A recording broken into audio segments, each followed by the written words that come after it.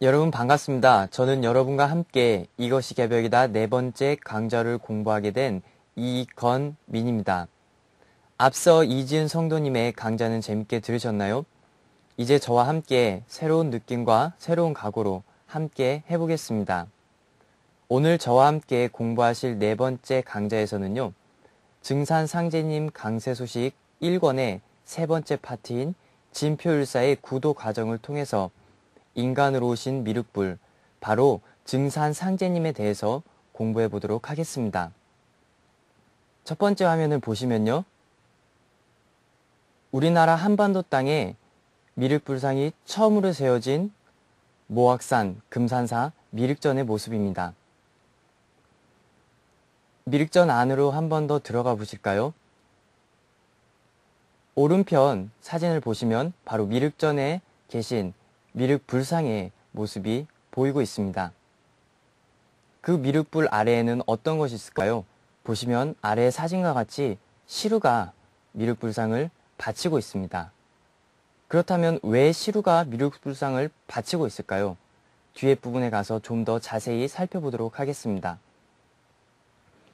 금산사 미륵전에 미륵불상을 세운 인물은 통일신라 시대의 진표율사인데요.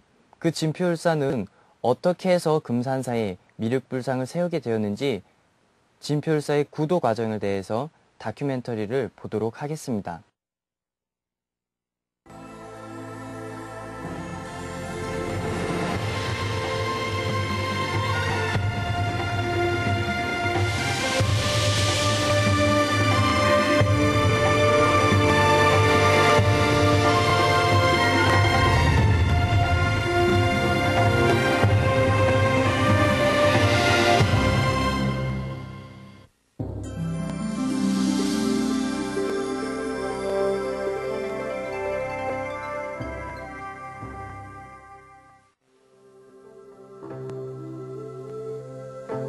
이야기는 입에서 입으로 전해왔다. 그러다 홀로 잦아들기도 하고 아니면 글로 남아 끊임없이 바뀌고 되풀이되면서 수천 년의 시간 속을 함께 흘러왔다. 우리의 이야기가 담긴 채 전해져 오는 책은 헤아릴 수 없이 많다. 하지만 그 중에서 민족의 뿌리를 찾으려 한 때문인지 일련의 삼국유사가 먼저 떠오른다. 흥미로운 건국신화, 평범한 민초들의 애환과 소망. 삼국유사의 이야기들은 우리 마음속에 하나둘 꼬리를 물고 살아오르기 시작한다.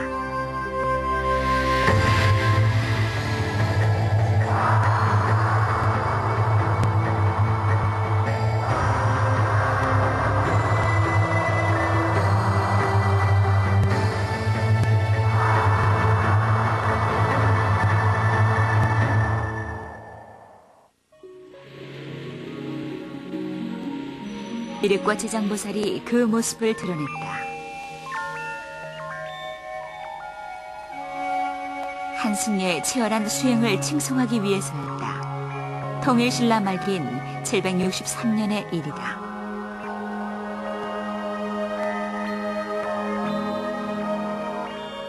미륵과 지장보살을 함께 만났던 그 승려는 진표율사였다. 미륵보살은 진표율사에게 하나에는 구자, 또 하나에는 팔자라고 씌어진 두 개의 보물을 전해준다. 다른 이름으로 팔쪽이라고도 불리는 두 개의 간자였다.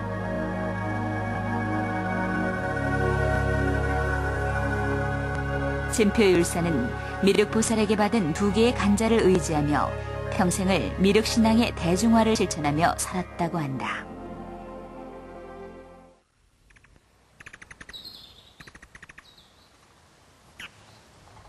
미륵보살에게서 직접 간자를 받았다는 진표율사의 이야기. 그 이야기로의 여정은 전라북도 부안군의 변산에서 시작된다. 김제 만경평야의 너른 들판. 그 서쪽 끝에 자리 잡고 있는 변산은 높은 산과 깊은 계곡, 그리고 군데군데 깎아지른 듯한 벼랑이 많은 곳이다. 이곳에서 진표율사의 구도는 시작됐다고 한다. 삼국유사의 책장을 남겨보자.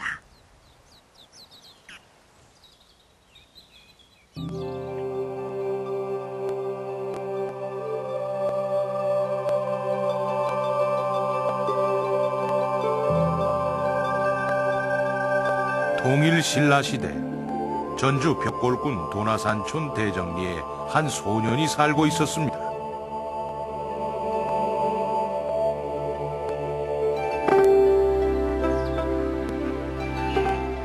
날씨가 화창한 어느 봄날, 소년은 친구들과 함께 개울에서 개구리를 잡으며 놀고 있었습니다.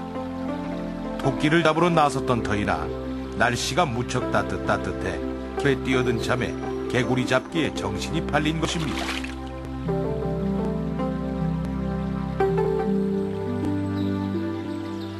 소년은 개구리들을 잡아 산채로 나뭇가지에 꿰어놓았습니다.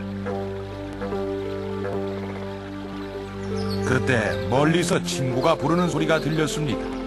토끼를 잡았던 것입니다. 소년은 개구리를 꿰어놓은 가지를 팽개치고 친구에게 달려갔습니다. 그리고 친구와 함께 숲으로 돌아가 다시 토끼잡이에 빠져들었습니다. 해서 그만 가지에 꿰어놓은 개구리들은 까맣게 잊고 말았습니다.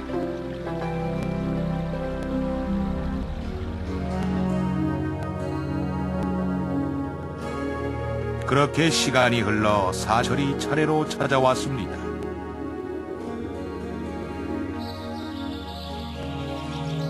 이듬해 봄, 소년은 다시 사냥을 나섰습니다. 그런데 어디선가 개구리 울음소리가 들려왔습니다.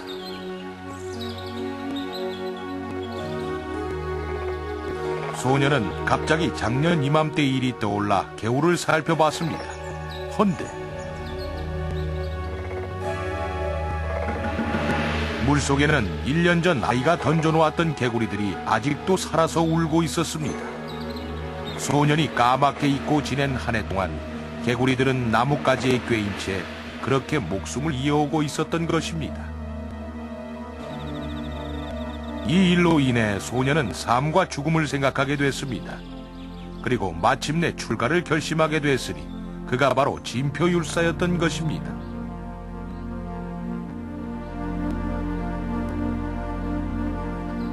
금산사의 순제법사 아래서 가르침을 받던 진표율사는 미륵보살과 지장보살에게서 직접 기회를 받으라는 스승의 가르침에 따라 전국을 떠돌기 시작했습니다.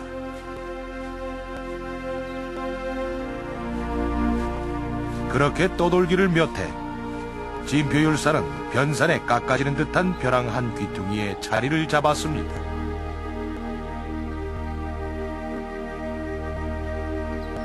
깨달음을 얻기 전에는 절대 이곳을 떠나지 않겠다는 결심이었습니다. 짐이라곤 곡식 20마리를 쪄서 식량으로 가지고 간 것이 전부였습니다.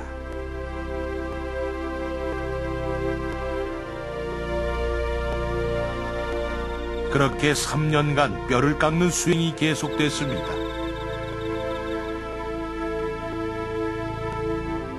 그러던 어느 날,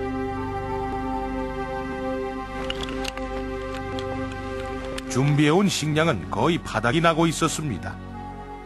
그렇지 않아도 부족한 식량을 덜어 다람쥐까지 먹이고 있었기 때문이었습니다. 그날도 진표율사는 얼마 안 되는 식량에서 다람쥐 몫을 덜어내고 있었습니다. 그때 하늘에서 원을 그리며 날고 있던 새가 곡식을 발견하고 쏜살같이 날아왔습니다. 새는 진표율사의 손을 치며 날아갔고 곡식은 벼랑으로 떨어지고 말았습니다. 3년의 수도에도 아무런 진전이 없던 차, 세계까지 조롱을 받는다고 생각한 진표율사는 무언가 굳게 결심을 했습니다. 그리고 자리에서 서서히 일어났습니다. 큰 숨을 들이신 진표율사.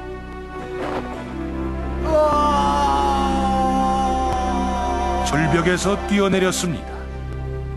그러자 어디선가 푸른 옷을 입은 동자가 나타났고 떨어지던 진표율사를 받아냈습니다. 그리고 다시 벼랑 위에 올려놓는 것이었습니다.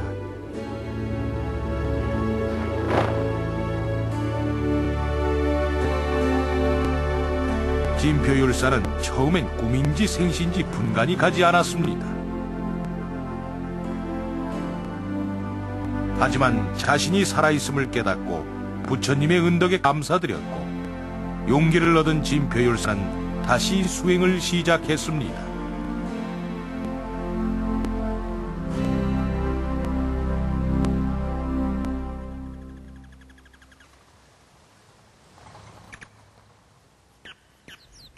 진표율사가 수행했다는 절벽은 전라북도 부안군에 자리 잡고 있는 변산이다. 그중 가장 높은 의상봉. 기암절벽이 병풍처럼 둘러쳐진 곳으로 절벽 아래는 천길 낭떠러지다.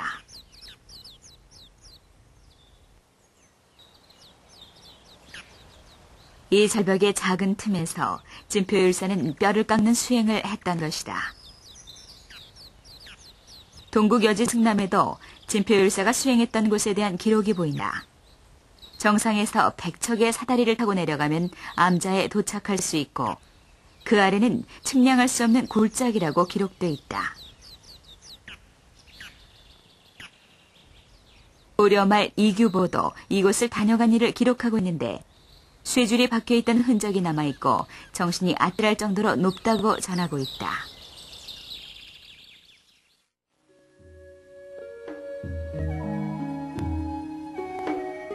절벽에서 몸을 던졌으나 푸른 옷을 입은 동자덕에 목숨을 건진 진표율사.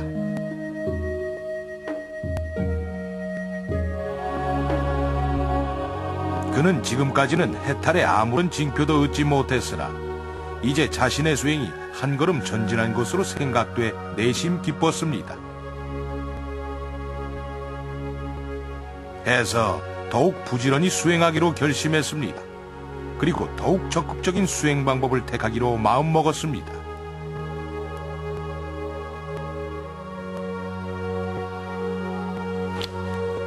진표율사는 주위에 돌을 집었습니다. 그리고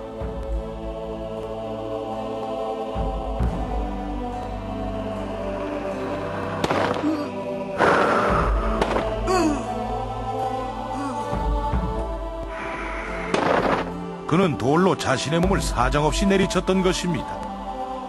자신의 몸을 찌으며 수행하는 망신참법의 수행 방법이었습니다. 그렇게 20하루가 지나자 몸은 만신창이가 됐습니다.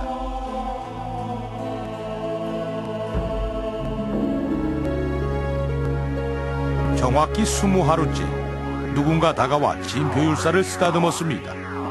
그러자 만신창이의 몸이 감쪽같이 나았습니다.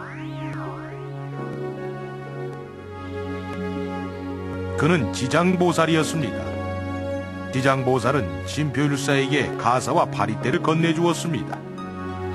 그리고 신명을 돌보지 않고 참회하는 것이 장하다는 칭찬을 남기고 다시 떠나는 것이었습니다.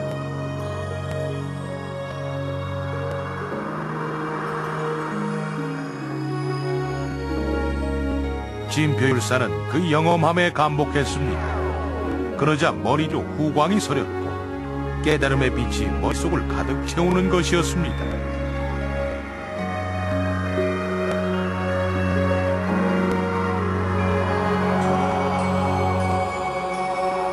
그날부터 그는 망신참법으로 더욱더 수행에 정진했습니다. 그렇게 다시 20하루가 지나던 바로 그날, 먼 하늘에서 미륵과 지장보살이 다가오고 있었습니다.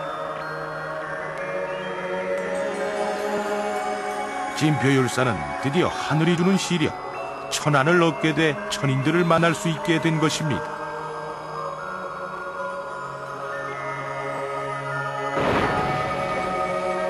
다가온 지장보살은 그의 수행을 칭찬한 뒤 수행자의 규율이 적힌 율책을 건네주었습니다.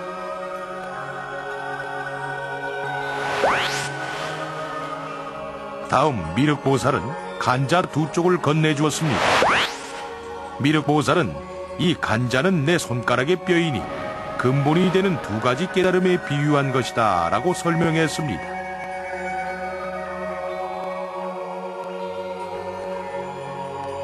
그리고 덧붙이기를 진표는 이제 몸을 버리고 대국왕의 몸을 받을 것이니 후생에는 도솔천에 태어날 것이다 하고 예언하는 것이었습니다.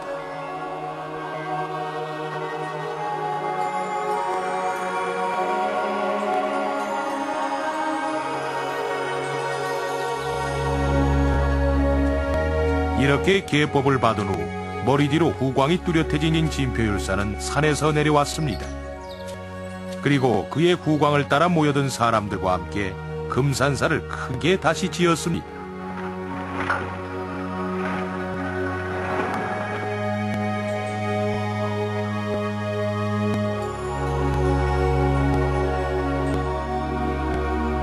그러자 그의 천안에만 보이던 미륵보살이 다시 한번 내려와 계법을 주었습니다.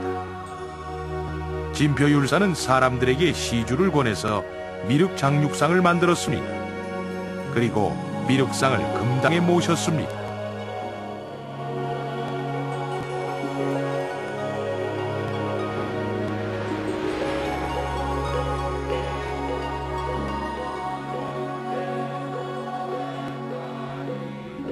그때부터 금산사에는 진표율사의 무한한 공덕을 흠모하는 이들의 발걸음이 끊이지 않게 됐던 것입니다.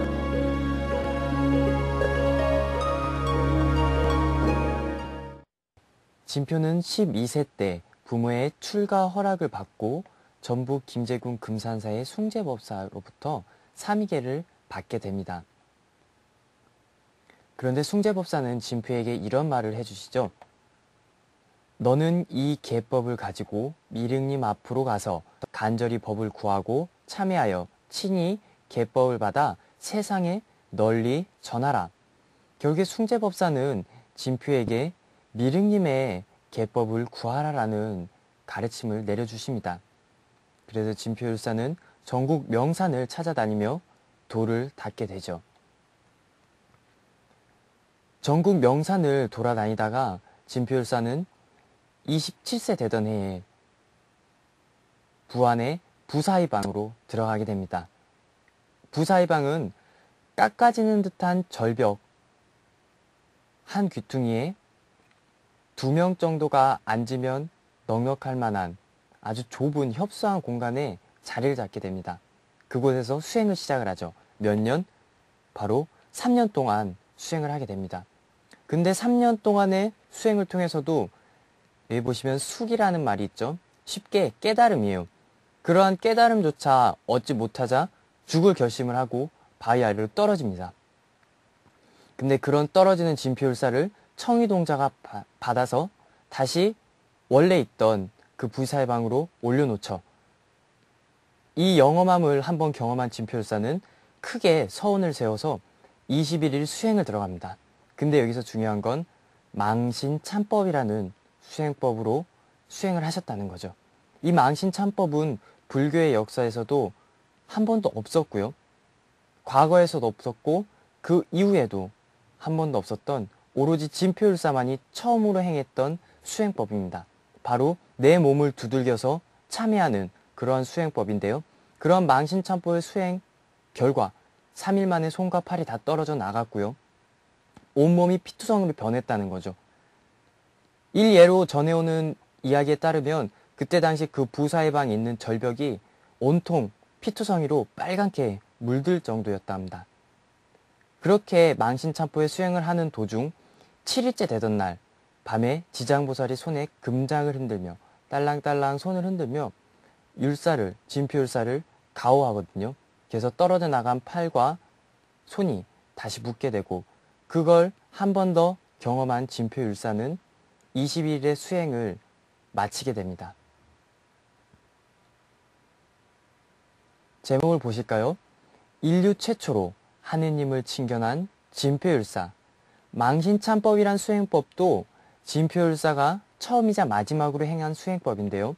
그런 수행법을 통해 진표율사가 얻은 수기, 경험은 인류 최초로 전에도 없었고 앞으로도 없을 하느님을 직접 인간의 몸으로 칭견했다 하는 것이죠. 21일 공부를 마치던 날 천안이 열려 미륵불께서 수많은 도솔천의 백성들을 거느리고 대광명 속에서 오시는 모습을 보이시며 말씀하시기를 잘하는구나 대장부여. 이처럼 개를 구하다니 신명을 아끼지 않고 간절히 구해 참여한구나 하고 찬탄해 주시니라. 이런 진표율사의 구도 과정을 미륵불께서는 칭찬을 해주셨다는 거죠. 그러한 칭찬과 함께 미륵불께서는 진표율사에게 점찰경 2권과 증가간자 진표에게 내려주십니다. 그러면서 진표율사에게 하시는 말씀이 있죠. 장차 너는 이 몸을 버리고 대구강의 몸을 받아 도솔천에 태어나리라. 그러나 진표율사는 미륵불로부터 이러한 가르침을 받은 이후에도 계속해서 서원을 세우고 기도를 하죠. 어떠한 기도를 하냐면 첫 번째는 앞으로 닥쳐올 그 대환란의 시기에 미륵불께서 직접 한반도 땅에 강세해 주실 것을 서원을 세우고요. 두 번째는 그러한 대환란의 시기에 자신도 다시 태어나서 큰 일꾼으로 쓰일 수 있기를 기도드립니다. 진표율사는 미륵불로부터 3가지의 계시를 받게 되는데요. 그 첫 번째는 미륵불의 모습을 그대로 보고 미륵불상을 세우라는 것과 두 번째는 그 미륵불상을 세우는 장소가 연못이 되는데요. 그 연못을 메꾸는 방법으로 숯을 이용하라는 계시를 받게 됩니다. 그런데 그 연못이 숯으로 다 메꿔지지가 않죠. 아무리 숯을 쏟아 부어도 정중앙에 있는 그 부분은 숯으로 메꿔지지가 않았다고 합니다. 그래서 그 부분에 마지막 3번째 계시인 쇠로 만든 수미자를 걸고 그 위에 미륵불상을 세워라 라는 계시를 받게 됩니다. 이 부분은 아까 동영상 없었는데요. 제가 이 부분을 말씀을 드리는 이유는 이제 다음 번째 강좌에서 정감록을 공부하게 되실 텐데요. 그 정감록에서 이 진표율사가 미륵불상을 세운 게 참 많은 도움을 주게 될 것입니다. 그래서 여기서 이 부분을 한번 짚어보고 넘어가는 것입니다. 본래 이 장소가 연못이 있던 장소고요. 이 연못을 숯으로 모두 메꿨던 거죠. 근데 중앙에 있는 부분이 메꿔지지 않자 진표율사는 성년대, 우린 쉽게 연화대라고 하죠. 이것을 놓고 그 위에 미륵불상을 세우려고 했었습니다. 그래서 이것을 그 연못 메꿔지지 않은 그 위에 놓고 그 다음날 이제 미륵불상을 세우면 됐던 거죠. 그런데 하룻밤 사이에 이 성년대가 미륵전으로부터 10m 그 이상 멀리 떨어져 나갔던 겁니다. 그래서 어떻게 할까 고민하던 중 그때 3번째 계시를 받게 되는 거죠. 쇠로 만든 수미자를 그곳에 걸고 그 메꿔지지 않는 연못 위에 걸고 그 위에 미륵불상을 세우라는 그것입니다.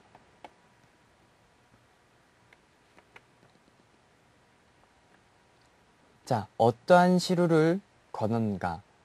보통 시루하면 밑에 구멍이 뚫려 있는 그릇을 가리켜서 시루라고 이야기를 합니다.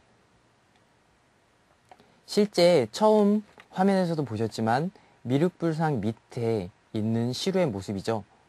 지금은 금산사 미륵전에 가도 이 시루의 모습은 볼 수 없다고 합니다. 과거에는 이 시루의 모습을 공개를 했는데요. 최근에는 공개를 하지 않는다고 하더라고요. 그래서 지금 여기 있는 이 사진은 과거에 찍었던 사진을 여러분께 보여드리고 있는 것입니다.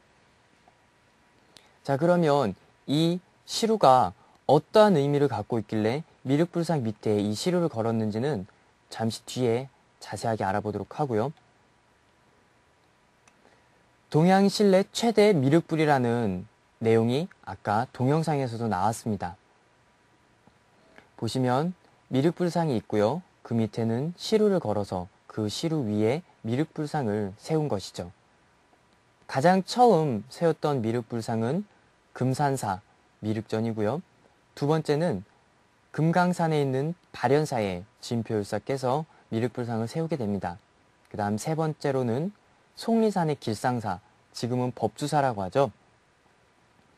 이곳에 진표율사께서는 미륵불상을 세우게 됩니다.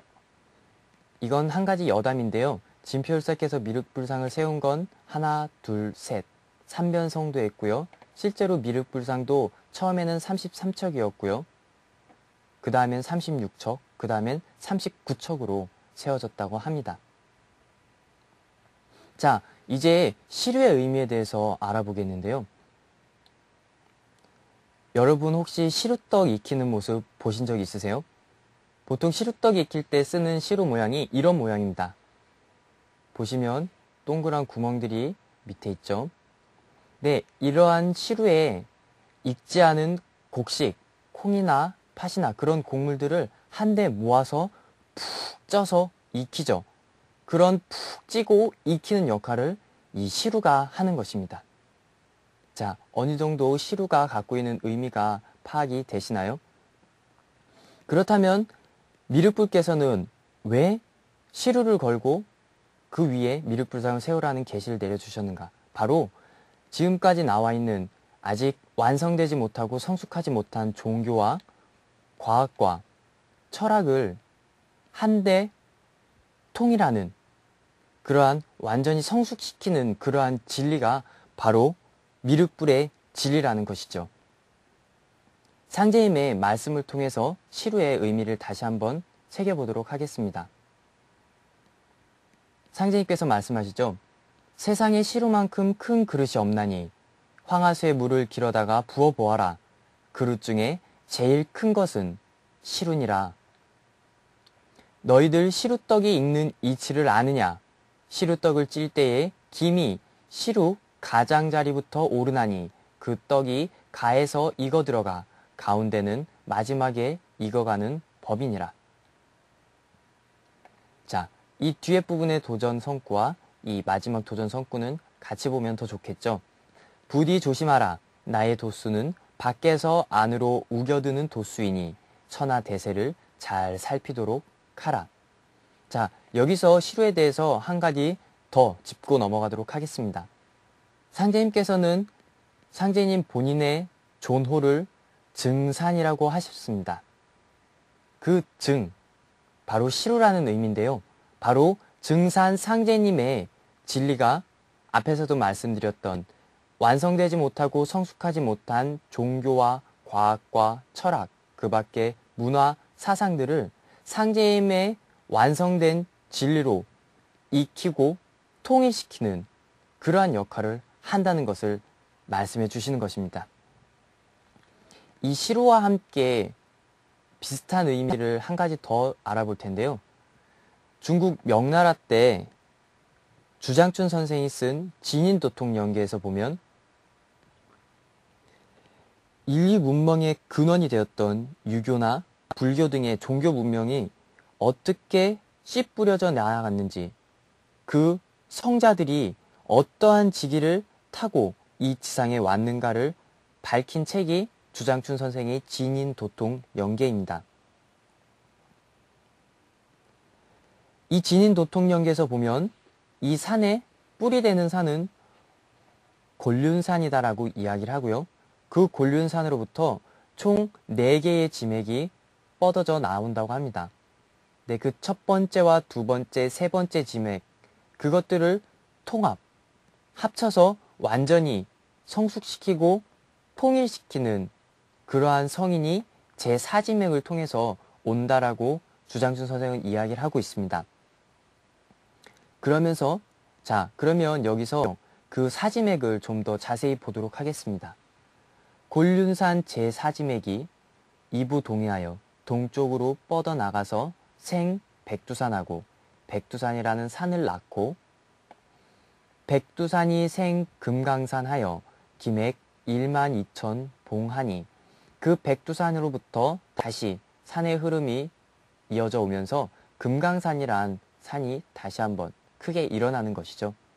우리 어려서 고무줄 놀이 많이 해서 알지만 금강산의 봉우리는 12,000 봉우리입니다. 자, 세 번째요. 생증산하여 그러한 금강산의 그 기운을 이어받아 증산 상제님께서 태어나시죠. 하여 천지분호, 하늘과 땅의 출입문과 같은 그런 출입문의 역할을 하는 바로 모악산 아래에 도출어 오야라. 도가 출현을 하는데 그 도는 어떤 도냐면 바로 오도라는 거죠. 여기서 오자가 앞에서 봤던 시로와 같은 의미라고 할 수 있겠습니다. 이 오자는 볶을 오자거든요. 볶는다는 것도 마찬가지죠. 익지 않은 걸, 그런 익지 않고 사람으로서 먹을 수 없는 그런 음식을 볶음으로 해서 사람이 소화시키고 먹을 수 있게끔 만들어주는 역할을 한다는 거죠. 그렇게 완성시키고 성숙시키는 그러한 볶을 오자의 의미를 시루의 의미와 함께 봐도 참 좋을 것 같습니다.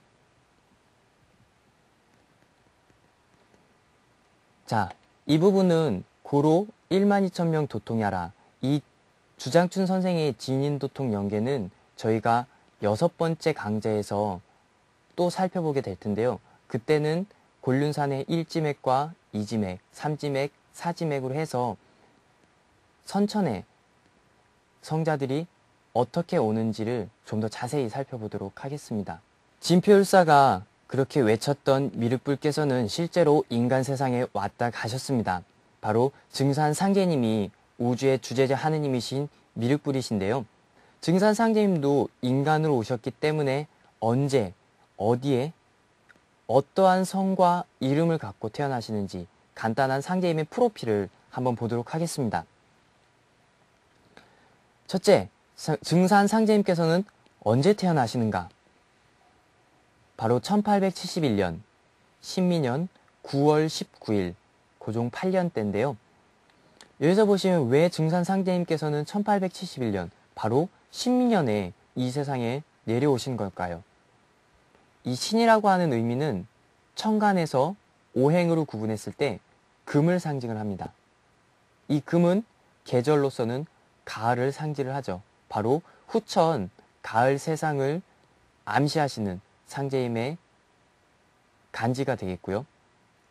이 신자를 좀 더 풀어서 보면 세울립자 플러스 열십자, 바로 지구의 10번째 하늘인 지상 천국을 건설하신다는 그러한 의미를 내포하고 인간 세상에 오신 것입니다.